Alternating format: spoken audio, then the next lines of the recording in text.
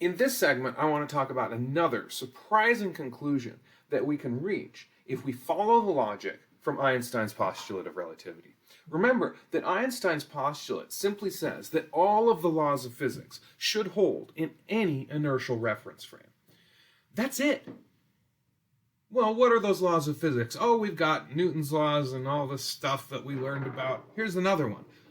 That the speed of light will be the same for all observers. That's the postulate, right? And so, what are the conclusions we can draw from that? What if we apply logic and mathematics to that postulate, what else must be true?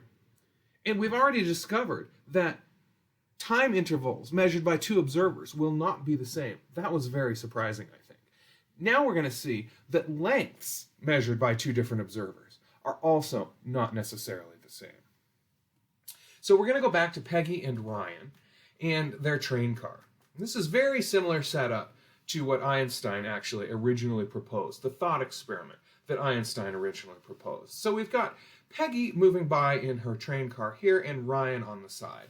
Now, in order to dig into this too much, I want to make one thing really clear here. Here's the Earth, and here's my friend again back on Earth, and here I am in my spaceship. Now, it's kind of like a bird. It's a spaceship. Okay. Now, these two observers, right, the observer here in the spaceship and the observer here on Earth, they're going to observe a lot of different things, right? They're going to reach some different conclusions if they were to do some measurements and things, right? But if there's one thing that they will definitely agree on, and that is if the observer on Earth sees the spaceship moving at a speed v in that direction, well then how fast is the Earth moving according to the observer on the spaceship? So this is from the perspective of the person on the Earth. From the perspective of a person in the spaceship, however, this observer is at rest with respect to his own reference frame. Therefore, according to an observer in the spaceship, they're not moving, but the Earth is moving. It's moving in this direction. How fast? V. So they disagree on the direction, but they agree on the velocity, right? So the person on Earth sees the spaceship go that way at a speed v, whereas the person in the spaceship observes the Earth going that way at speed v. So according to Ryan, Peggy is moving to the right along with the train car at speed v, whereas from Peggy's perspective, Ryan and the ground he's standing on, including this cone right here, is moving to the left at speed v. Now notice it's negative in Peggy's reference frame, so the velocity would be negative v. The speed is v. Okay, so the magnitude of those two velocities, the speed, is the same. Well, if we wanted to figure out how long the train car is, one thing we could do is we could just say, hey, I know how fast the train is going, so I could time how long it takes to get past me. And, of course, speed times time equals distance. So how long is the train car? Well, it's v times delta t. This is according to Ryan. Now, of course, Peggy could accomplish the exact same thing. She could just measure the amount of time that it takes between the front of the car passing the cone and the back of the car passing the cone, and multiply that by her velocity, which, again, Peggy and Ryan agree on, and she will get the length of her car. Straightforward enough, physics 1. However, where it gets tricky is, didn't we just decide that delta t and delta t prime are not the same? Time dilation tells us that delta t and delta t prime are not the same. If they both agree on v, that means L and L prime cannot be the same. They just can't. So when I started this chapter, I was talking about the spaceship that I was driving in, which was 100 meters long when I bought it on the spaceship lot.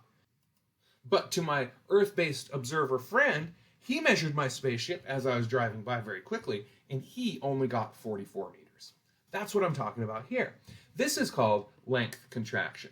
And we have a very similar equation for length contraction as we had for time dilation.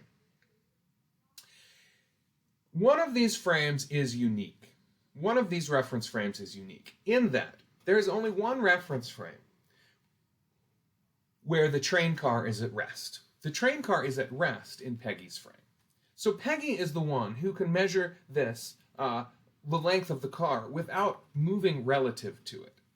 Therefore, we call Peggy's measurement there the proper length. And again, like it was important to be able to identify who has the proper time, it's also important to be able to identify who has the proper length. So the proper length is measured by an observer who is at rest with respect to the object. We use this little script L here to represent the proper length. Notice that the proper length is the longest that any observer will measure. So whereas the proper time, remember, was the shortest time interval that any observer will measure, the proper length is the longest length that any observer can measure. So anybody who's moving with respect to this train car will always measure something smaller than Peggy will. The equation is straightforward. Again, we see this beta here. This is the same beta we had before. Beta is equal to V over C. It's how fast the reference frame is moving divided by C, which is, of course, our speed of light. And so this shrinking of objects is called length contraction. And again, a lot of times people want to think this is just a consequence of measurement, right? It's hard to hold my meter stick up there while the thing's moving by. That's not it. It's not some perception. It's not some trick of our eyeballs or difficulty holding the ruler up. Remember, this is all based on, we're convinced that we have observers that are skilled enough and have good enough equipment to make these measurements accurately. So the fact that two observers measure different things is a literal, true difference. Like they literally measure different lengths. Let's do a quick example. Dan holds a 5-meter long ladder parallel to the ground. He gets up a good sprint, eventually reaching 98% of the speed of light. Dan is very fast. That's why they call him Speedy Dan. How long is the ladder according to Dan once he is running, and according to Carmen, who is standing on the ground as Dan goes by? Well, first, why don't you try and decide who has the proper length? While you're doing that, I'll draw a picture. Okay, so now I've got my problems set up. Here's Speedy Dan. He's running along at 0.98 C with his ladder. And Slow Carmen is standing here watching Dan run towards her. We're going to use this equation here. But in order to do that, we need to decide who measures the proper length. Remember, the proper length is measured by the observer who is at rest with respect to the object. So who is at rest with respect to the object? Certainly Speedy Dan. So Speedy Dan measures the proper length.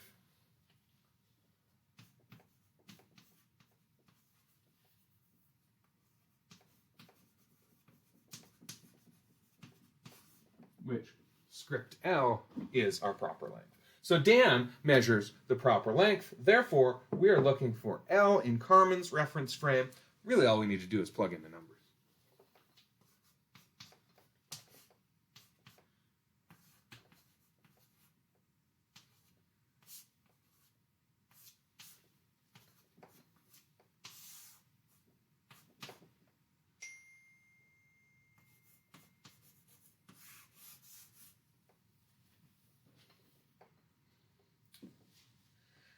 Again, our C's cancel, and we end up with only 1 meter long. So Dan has a 5-meter long ladder, but according to Dan, it's 5 meters. According to Carmen, it's only 1 meter. Who's right? They both are. They both are. That's what's so surprising. Again, your common sense tells you that can't be true. There's no way it can be 1 meter long and 5 meters long. Unfortunately, your common sense is straight up wrong. It can be. It is. It just depends on who's measuring it.